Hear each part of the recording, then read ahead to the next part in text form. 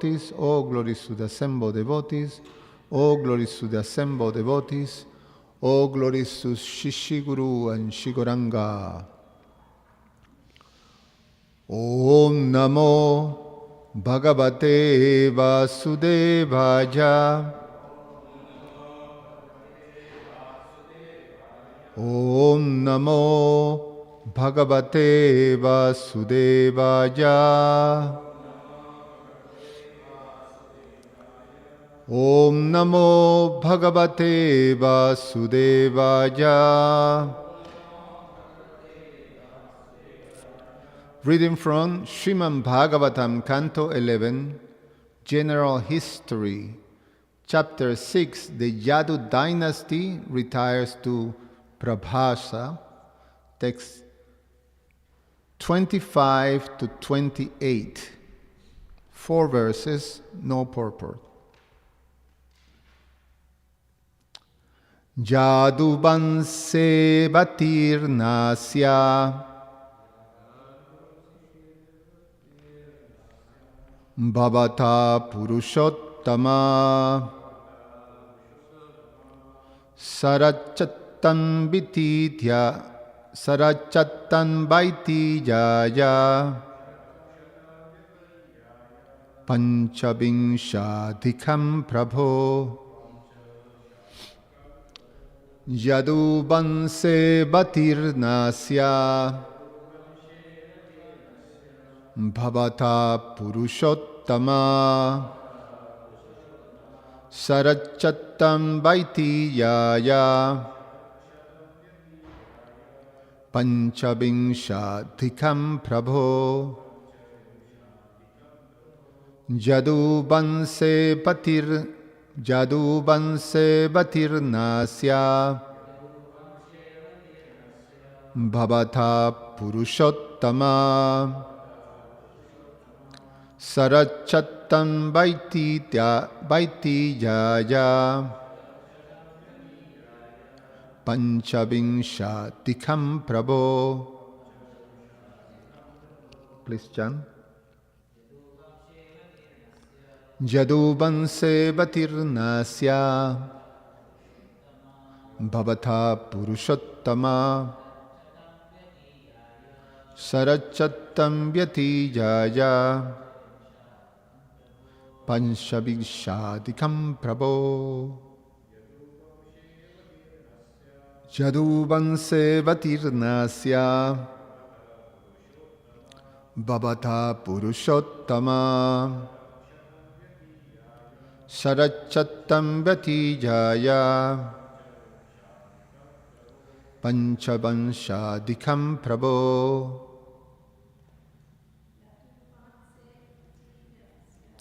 Yadubanse batirnasya bhavata purushottama sarachattam vyatijaya panchavinshadhikam prabho. Yadubanse batirnasya bhavata purushottama sarachattam vyatijaya panchavinshadhikam prabho. Yadubanse.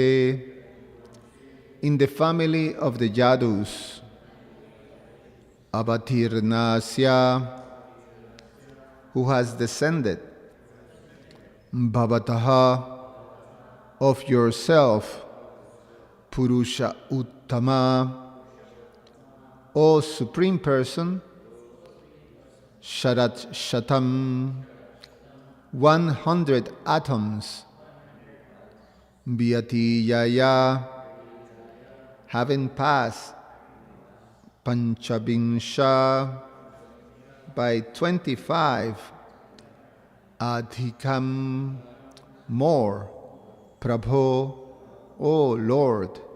Translation by the disciples of His Divine Grace A.C. Bhaktivedanta Swami Srila Prabhupada Ki.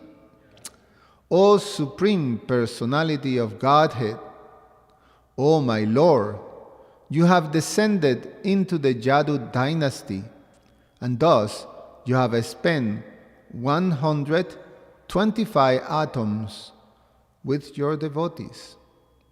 Text 26 and 27. Naduna te kiladhara deva kadya vasheshitam kulancha viprashapena nasta prajam abhut idam tata swadhama paramam vishwashwa jadimanyase sa lokapalam na pahivaikunta kinkaram. Translation: My dear Lord, there is nothing remaining at this time for your lordship to do on behalf of the demigods. You have already withdrawn your dynasty by the course of the Brahmanas. O Lord, you are the basis of everything, and if you desire, kindly return now to your own abode in the spiritual world. At the same time, we humbly beg that you always protect us. We are your humble servants, and on your behalf, we are managing the universal situation. We alone, with our planets and followers, require your constant protection. Text number 28. Sri Bhagavan Uvacha Abhadharitam etam me yat ata vibudheshwara kritam va karyan akilam bhumirbharo bhatarita. Translation: The Supreme Lord said, O Lord of the demigods, Brahma, I understand your prayers and requests. Having removed the burden of the earth, I have executed everything that was required on your behalf. Om Ajnana Timirandasya Jnananjana Shalakaya Chakshur Ummilitam Yena Tasmai Sri Gurube Namaha. Namahom Vishnupadaya Krishna Prasaya Bhutale Srimate Romapada Swami Iti Namine. Namahom Vishnupadaya Krishna Prestaya Bhutale Srimate Bhaktivedanta Swamin Iti Namine. Namaste Saraswate Deve Gauravani Pracharine Nirvishesha Sunyavadi Pashatya Deshatarine Vancha Kalpa Tarubhyascha Kripa Sindhubhyaevacha Patitanam Pavanebhyo Vaishnavebhyo Namo Namaha.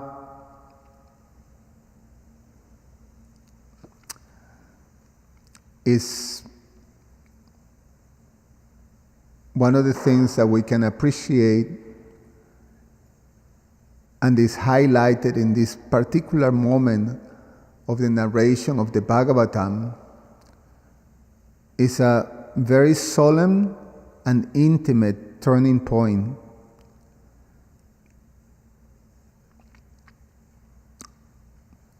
It's the end of a whole universal period that is being addressed by the demigods in a very intimate setup. It's a setup of the servants and the Lord. And in Serat, is intimacy. The intimacy that is displayed is the Dasya Ras in full display. The Dasya Ras in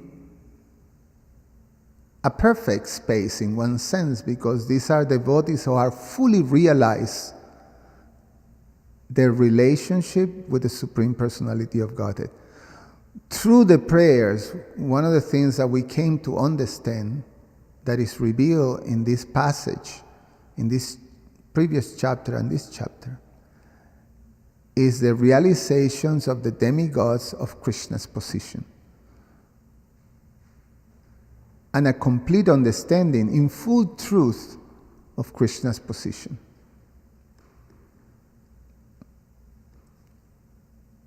And they're offering these prayers in that type of mood, that rasa, the rasa of a servant. And they're offering that love to the personality of Godhead, who is standing before them in his full opulence and beauty. So they're offering their hearts. And it's very solemn because it's the end of Krishna's Leela. They're actually facing and realizing that this is the end of Krishna's Leela. And they can understand that with the end of Krishna's Leela, there's a whole transition, it's a moment of cosmic transition that is happening. Because the next age is coming. So it's a whole transition, and it's facing the fact that Swayam Bhagavan, Krishna, who was present before then, and he was performing his beautiful lila for the last, the number is given, 125 years. This is how exact the Bhagavatam is.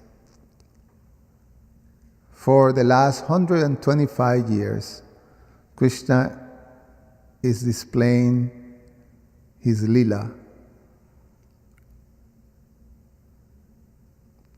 And fulfilling their prayers for protection.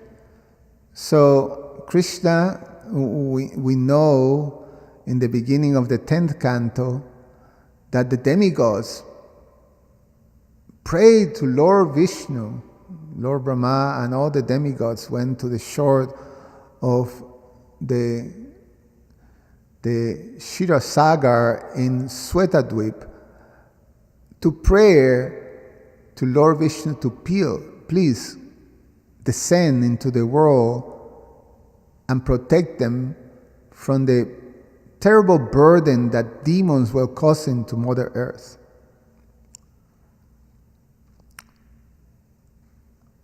So, Krishna, just as he said to Arjuna in the Bhagavad Gita, he descended in his own personal form. Srijamyaham tadatmanam.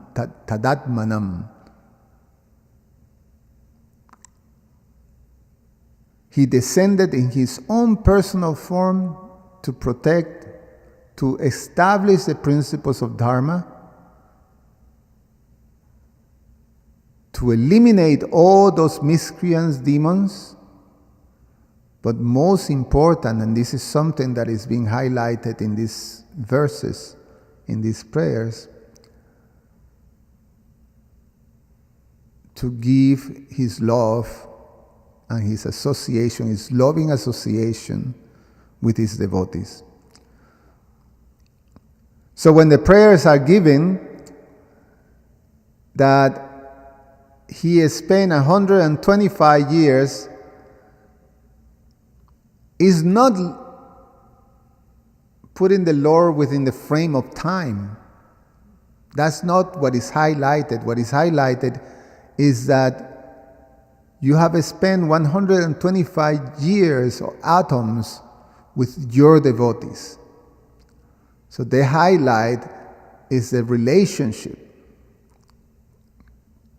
It's not that although Krishna comes to establish principles of Dharma, to protect Dharma, to annihilate the miscreants, but this Paritranaya Sadhunam principle is at the top of everything.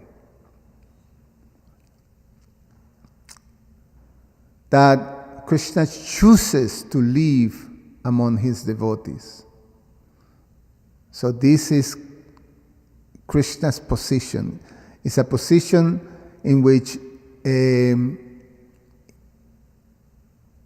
main purpose of Krishna is just to come and fix problems, but is to stays to love his devotees. Is actually to love his, to relate to have that loving relationship with his devotees. And he enhances that, he brings that out. And in this case, we just listening through the narrations of these chapters, that loving relationship between the demigod, his servants, and the Lord. So they pray in a very humble way. They understand that the Lord has fulfilled his promise. The Lord has fulfilled the external purposes. The demons has been eliminated. The burden of the earth has been completed, eliminated. And therefore, there's no more business for him here. So he kindly came to protect us. Now that we're fully protected, we're fully safe, then there's no need. But they realize, so they ask the Lord, now that there's no more business, you can consider going back home, back to your own abode. A little contrast to Maharaj Yudhisthira, if you remember, in the first canto. Maharaj Yudhisthira also have that moment that he have the personal association with Krishna, and they were also so much aware and appreciating Krishna's protection of them all the time. The prayers of Queen Kunti, this is highlighted. That Krishna was always there protecting them. But now when he was about to leave them, then they were experiencing the pangs of separation, imminent separation. And different than the demigods, Maharaj Yudhisthira prayed to the Lord, you please stay, don't go, stay longer. And the Lord stayed. He stayed longer with Maharaj Yudhisthira just because he requested. But it's a different rasa. Maharaj Yudhisthira rasa with Krishna is different than the demigods. The demigods is fully in awe. There's a certain level in Maharaj Yudhisthira relationship with Krishna that is of friendship. Also, Arjuna is the Sakaras, prominent in the Pandavas, but it's a different relationship. So the demigods very humbly, although in their hearts you can understand because they have fully realized Krishna's position and their relationship with Krishna. And they have fully understood that the shelter of the lotus feet of Krishna are the all and all. And they prayed like that to the Lord. Now they have full understanding of how the sages, their heart are melt with love when they're in the shelter of Krishna's lotus feet. So they're melted. Their hearts are melted in the presence of the Lord. So when you have that type of love, then when the object of your love have to depart, have to be separated from you, it's heartbreaking. But because their relationship with a servant is not to demand, you stay because I need you, because I love you, I want to be with you. It's not the mood. So it's that type of humility, the humility of a servant. So the business is finished, my dear Lord, now you don't have to be here. So you can understand the beauty of their hearts. But they also, at the same time, they pray, you please continue to protect us. At the same time, you please continue to protect us. So they come to understand that the protection of Krishna is beyond his presence, his physical presence, but is eternal.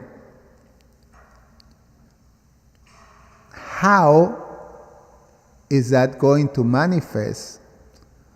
Well, it's more the heart understanding of the devotee.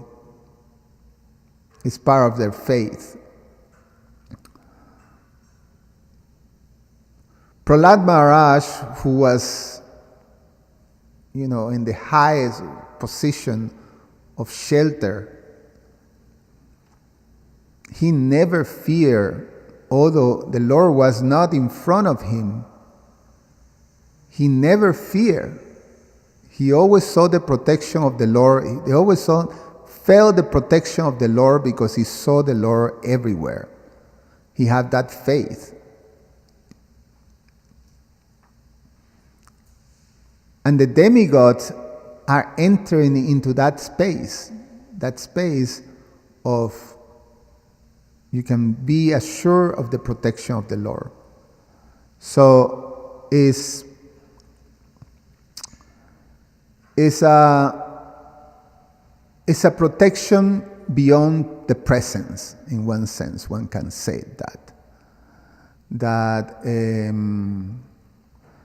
And it's a core truth of the Bhagavatam.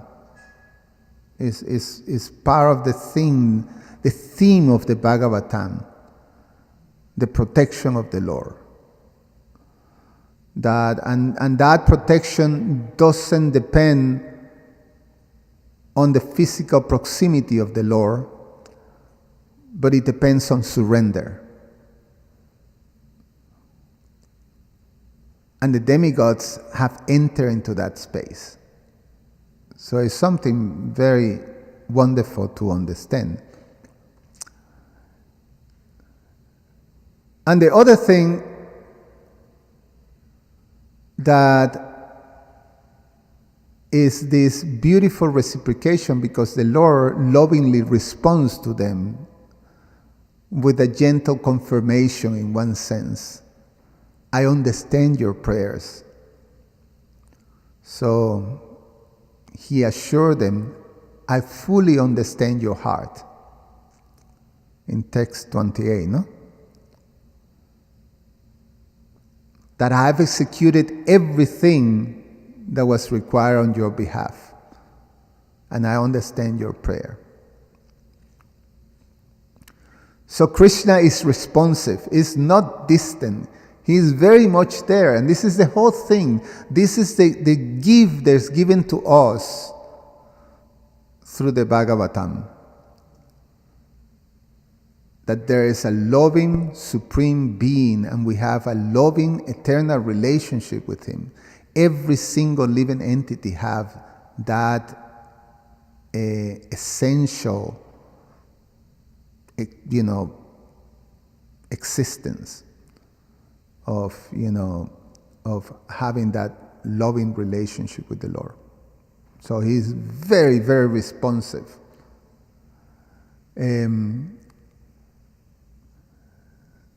His loving response, that mood, tell us that he is not doing this stuff out of obligation and it's a job to do. It's something that you have to make sure that it's not a managing thing. It's not about managing the universe and make sure that things are proper and functioning. No. It's about the loving relationship that I have with the devotee. So it's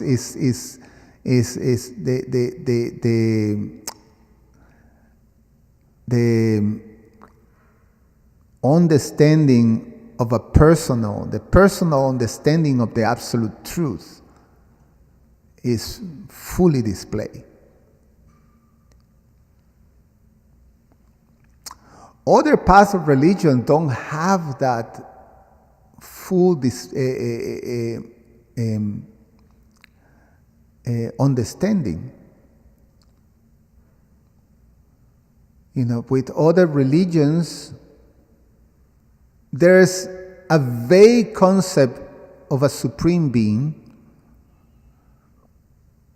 but when it comes to the relationship with that supreme being, it's almost like a relationship of someone who is a judge, who is, judging you if you do the right thing or the wrong thing. If you did the right thing, you're good. We protect you. If you do the wrong thing, you're punished forever.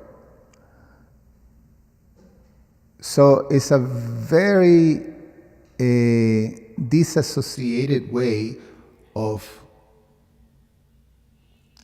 the reality of this supreme loving personality.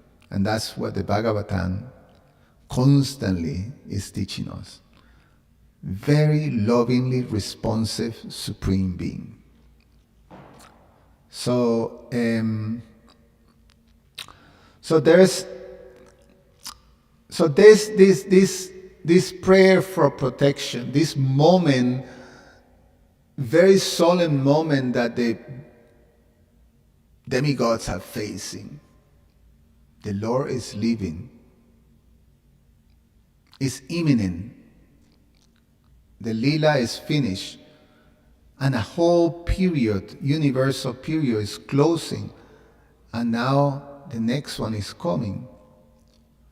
And without the Lord's presence, because the Lord is the protector of religion, Dharma, is the personification of Dharma. Dharma comes from Him.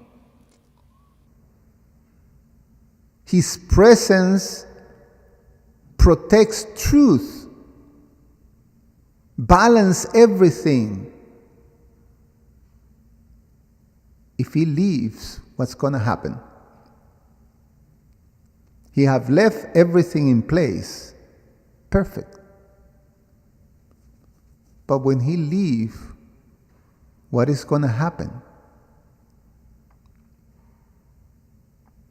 So that's something that the demigods are facing, or all devotees, because now we're going to see the next part of the Bhagavatam is Uddhava, having that same moment of imminent separation from Krishna. What's going to happen? The demigods send their prayer, so you please continue protecting us. So how this protection will manifest, we see that much later in Naimisharanya. The sages of Naimisharanya asked the same question to Srila Sutta Goswami. So they asked,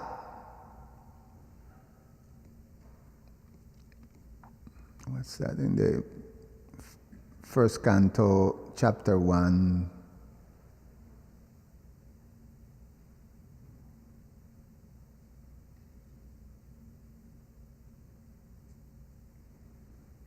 I have some notes in here.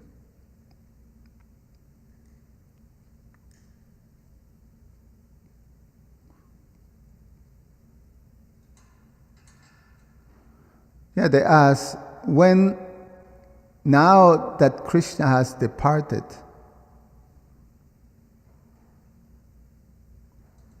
to his own abode, under whose shelter have the principles of religions now gone? That was one of the questions, one of the 6 questions.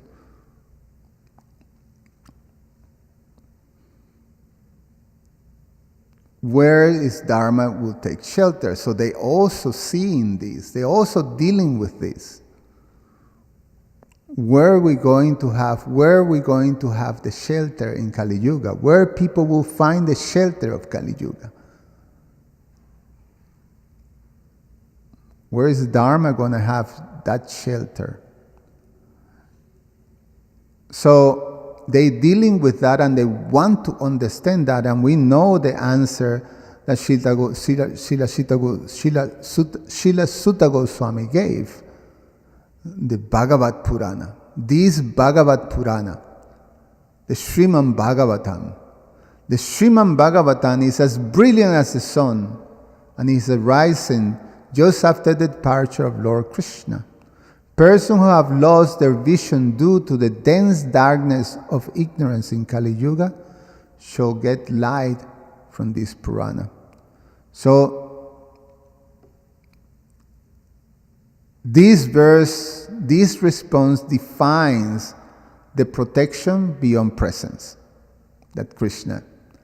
The very same thing that the demigods were sort of facing and almost like preemptively understanding, now has been answered and defined by Sutta Goswami to the sages of Naimisharanya. That shelter, that protection will be within the Srimad Bhagavatam. And therefore, by listening to the Srimad Bhagavatam, how's it go? You remember the translation of 1.1.1.2, Dharma Projito Kaitavotra, that people who listen with faith the narrations of the Bhagavatam. Let me read that. You remember the translation, any of you? Yes. Immediately, all that, but then, let me read it. Because also for the internet devotees.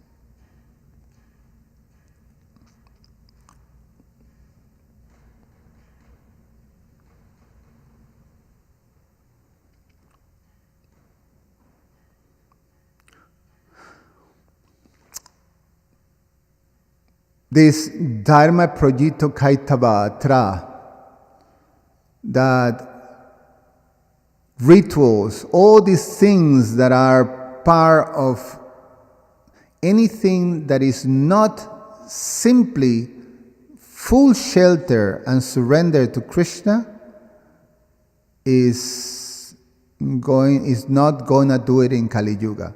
You won't be able to receive that type of protection, the protection that the demigods are prayer, if you go through Kaitava Dharma, dharmas that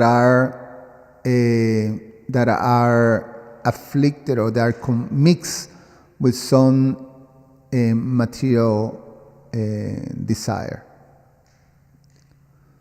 So only the supreme dharma, loving devotion to Krishna, will provide, will give you the shelter of Krishna's protection. Anything else won't do. Therefore, is completely rejected from this Bhagavad Purana. Completely rejecting all religious activities which are materially motivated, this Bhagavad Purana propounds the highest truth, which is understandable by those devotees who are fully pure in heart. The highest truth is reality distinguished from illusion for the welfare of all. Such truth uproot the threefold miseries. This beautiful Bhagavatam, compiled by the great sage Vyasadeva in his maturity, is sufficient in itself for God's realization. What is the need of any other scripture? As soon as one attentively and submissively hears the message of the Bhagavatam, by this culture of knowledge, the Supreme Lord is established within his heart.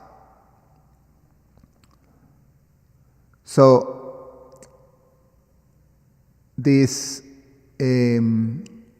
shelter that comes in the form of Shabda Brahma, is pure spiritual sound. That it have this form is actually a Shastra Rupa that is described. It's described in the Bhagavatam that the first canto and the second canto are the lotus feet of the Lord, and so on, up to the 10th canto, that is the face, a beautiful face, smiling face of the Lord. And like that, there is a form that can be worshipped. It's actually a worshipable form of the Lord, Shastra Rupa. And then we hear also that is described as Bhagavat Rupa, which is the person Bhagavatam and the book Bhagavatam. Is a worshipable form. So this form is where the full protection is.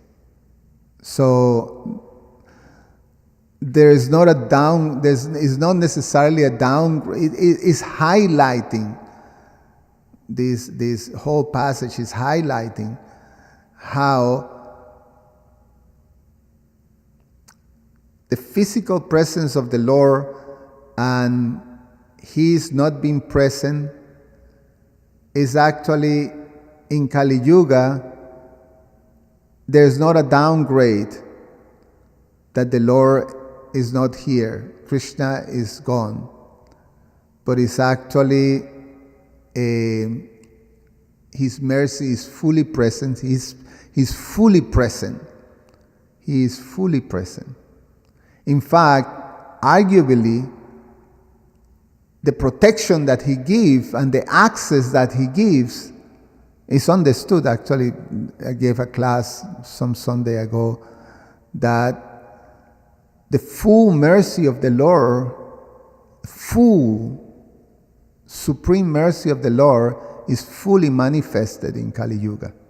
So actually, arguably, there's a greater access to the Lord's mercy through the Srimad Bhagavatam, and eventually we in Kali Yuga, we are in the time of Lord Chaitanya, but for the sages of Naimisharanya, this is to come, the descent of Lord Chaitanya, and also the descent of the Lord in the form of His holy name, Nama Rupa. So this, now the mercy of the Lord is present and accessible everywhere. Much greater when He was physically present, that the devotees in Dwarka can see Him, but when He was in Dwarka, the Pandavas in Hastinapuri were not seeing Him. We have to think of Him, but that type of thing. But with the Bhagavatam, anywhere and everywhere, with the holy name, anywhere and everywhere, like that. So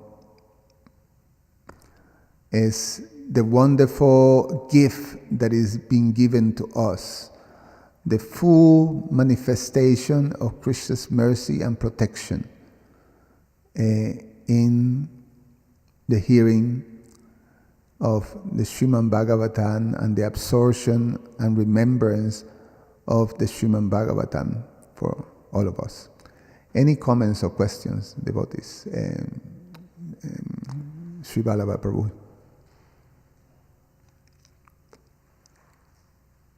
Hare Krishna Prabhu. Thank you very much.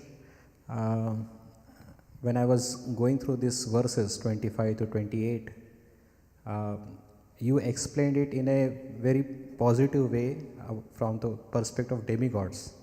The demigods were very humble, very subservient, surrendered, feeling a sense of separation. But if we read the same thing again from different angle, it appears that just like, for example, there are two people who are fighting, and some senior person comes and mitigate the fight, and then you say, thank you for coming, but now you can go now. So it appears that it is not a thankful or being grateful to them.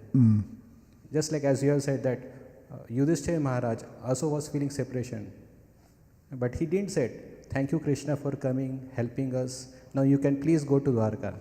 He didn't say like that. He said that please stay here. Demigods also, they could have said the same thing. It is Krishna's prerogative. If he is going, then certainly a common etiquette is that you can ask, please stay some more time. It is, we don't say, okay, thank you very much, you can go now. So it appears here that the demigods, they could have said to Krishna that Krishna, you can please wait for some more time, rather than saying, now your task is over. Now if you so desire, you can leave now. It is not a common etiquette to speak. Even as you said that they are in a different rasa. The Yudhishthira, the Pandavas are in different rasa, and the demigods are in different rasa. You said that the rasa was of the demigod was a kind of a awe and reverence. That is the Shanta rasa. Even in the Shanta rasa also, they will follow certain etiquettes. The das or the servant will never say, you can go now. He will say that if you so desire, please stay. That is the etiquette of the servant also. So it appears here that the demigods, they are in a hurry to make sure that the god leaves immediately. It appears like that to me. Yeah.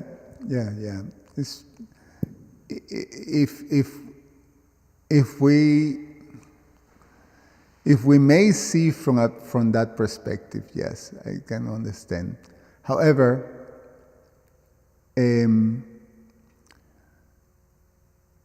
this is an exchange, a loving exchange between these devotees and the Lord. And the fact is that the Lord say, I understand your prayers. He told them. Called as non-violent communication also. Yes. And rather than saying directly, get lost, you may say, if you so desire, please go away. And Krishna is also speaking in the same tone by saying that, oh, I can understand your desire.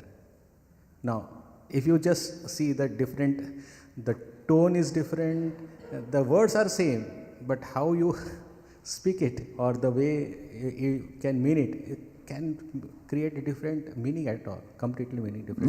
Yeah, no, it's true. Therefore, we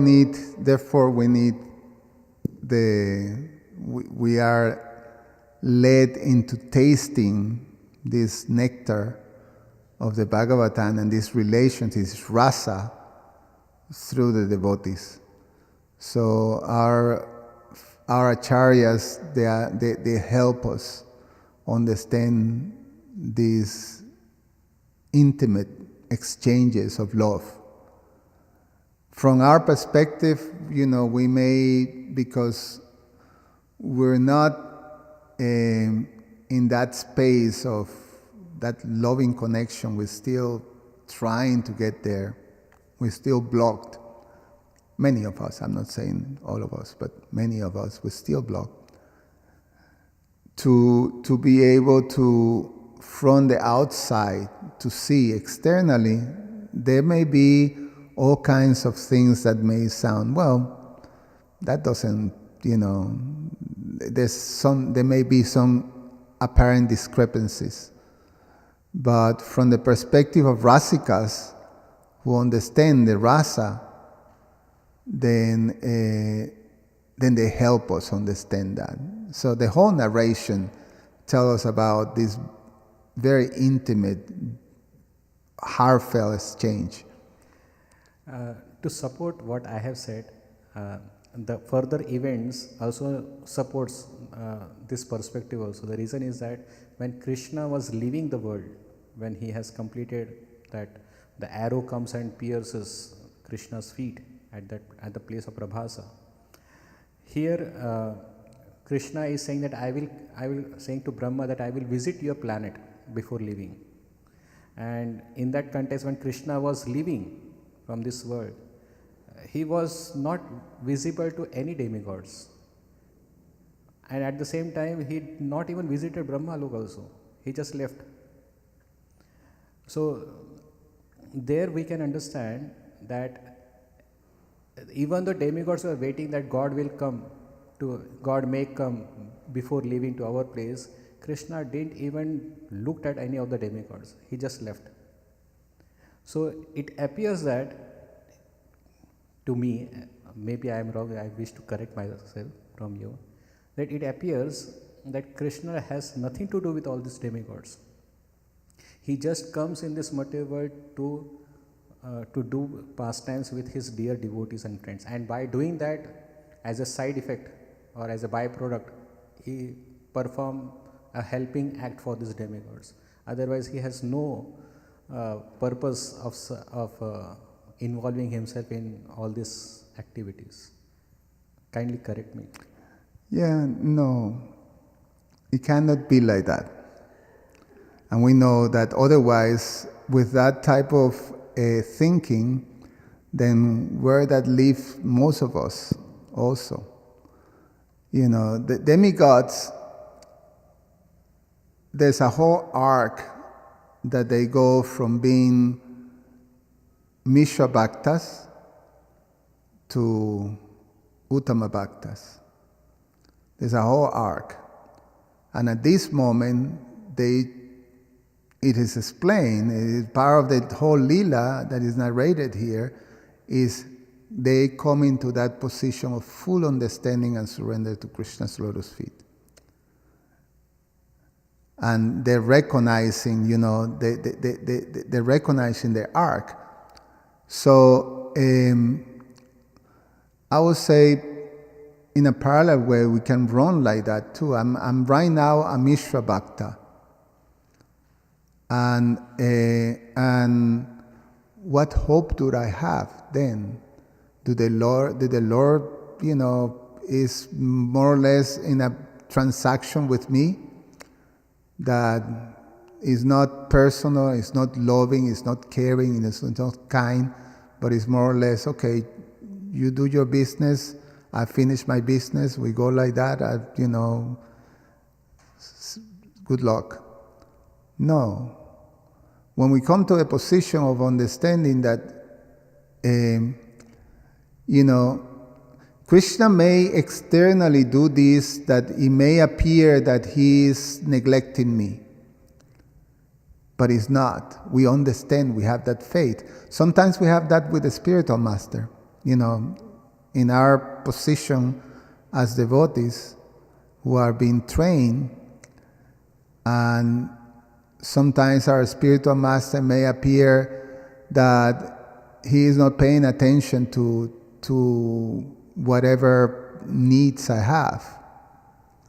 He appears like that. I may want to have a little more connection with him, but I'm finding myself that I'm not able to externally have that.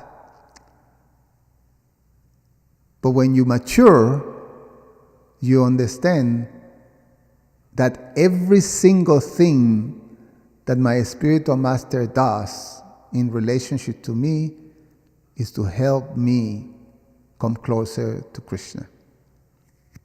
So what appears to be a neglect is the manifestation of his loving mercy.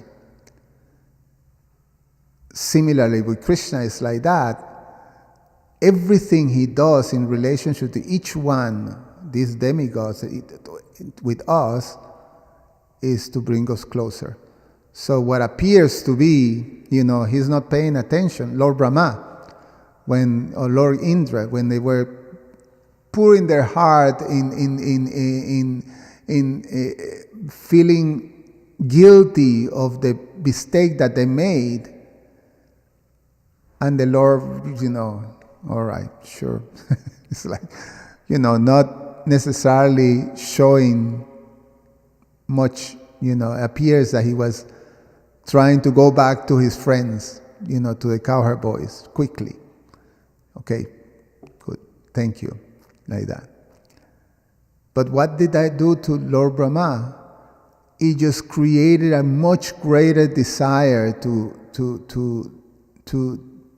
come closer and closer, to go into that space, just like those devotees who are sitting with him, having those loving exchanges. So it's all beautiful. It's like that. Yeah, thank you. Anyone else? Oh yes, Sivananda Prabhu. You good? Krishna Archana or Shruti Priya Prabhu? Yes. Jal, can you give the microphone to her?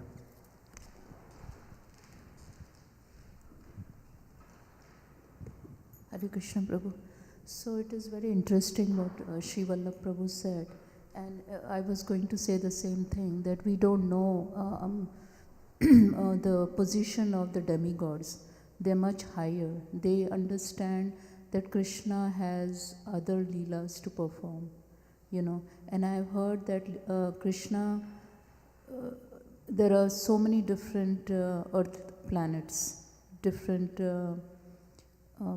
Brahmas and Leelas going on, right? So he's come to this one world, he's doing his Leela, then he has to go somewhere else to do. At the same time, when we are here now in Kali Yuga, there is Satya Yuga going on somewhere else.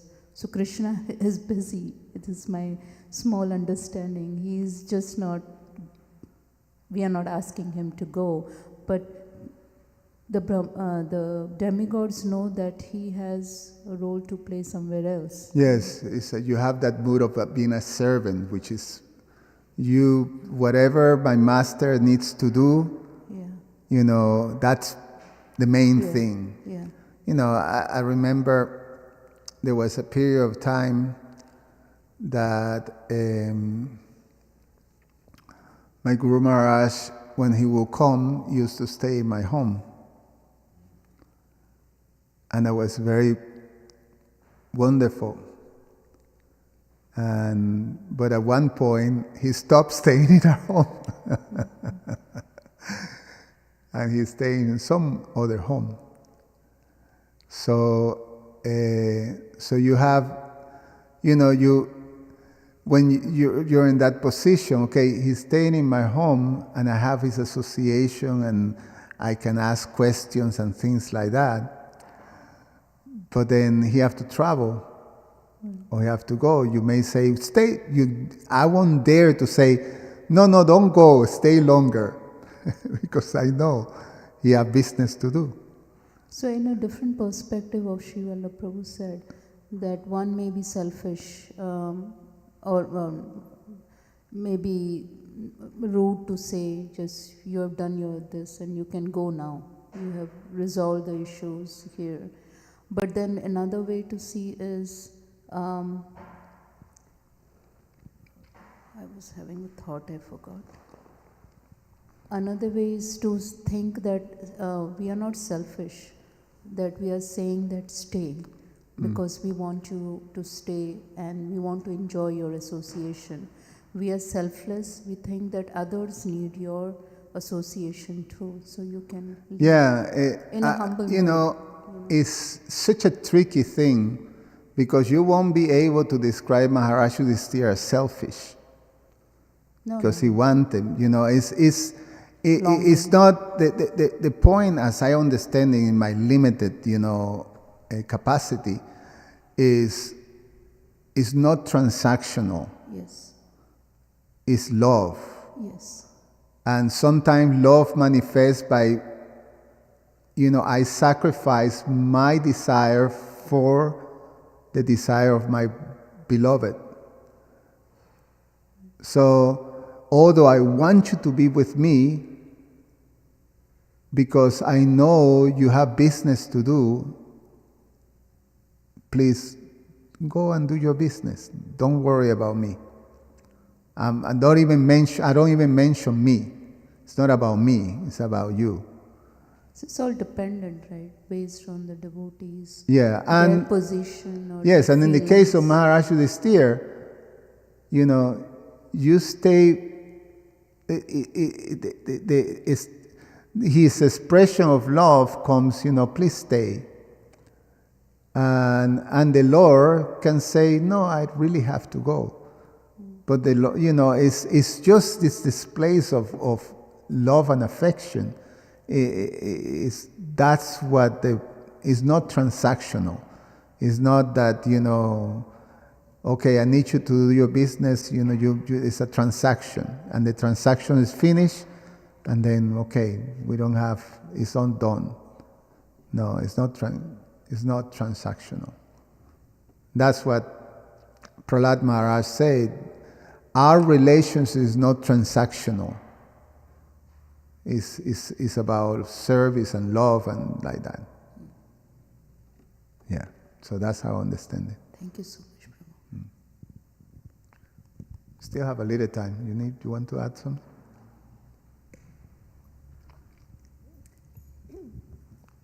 Yeah, it's very nice looking from a different perspective, the words of the demigods. There's the fact that you pointed out that there's a mood of awe and reverence. It actually makes their words completely appropriate, and in fact there's great beauty in the words. So to actually say, you are the basis of everything, and if you so desire, kindly return to your own abode. Oh, It's so he actually said properly, yeah. extremely, there's formality, but there's consideration, there's what you pointed out in the class, the understanding of continued relationship, continue to protect us, and acknowledging Lord Krishna's position. So there's great beauty and acknowledgement of the nature of the relationship in the words. That's what struck me. So I think how you've elaborated on it is correct in terms of the mood of the demigods. Yeah, it's I find it quite beautiful just to go through these different experiences of, or these presentations of all these different relationships of the Lord with His devotees. It's really, it does melt your heart. The beauty and the affection and the love and the respect, everything is there. And the Lord's reciprocation, which is also incredibly touching too. How He responds to each one of these situations. So it's Srimad Bhagavatam ki jai.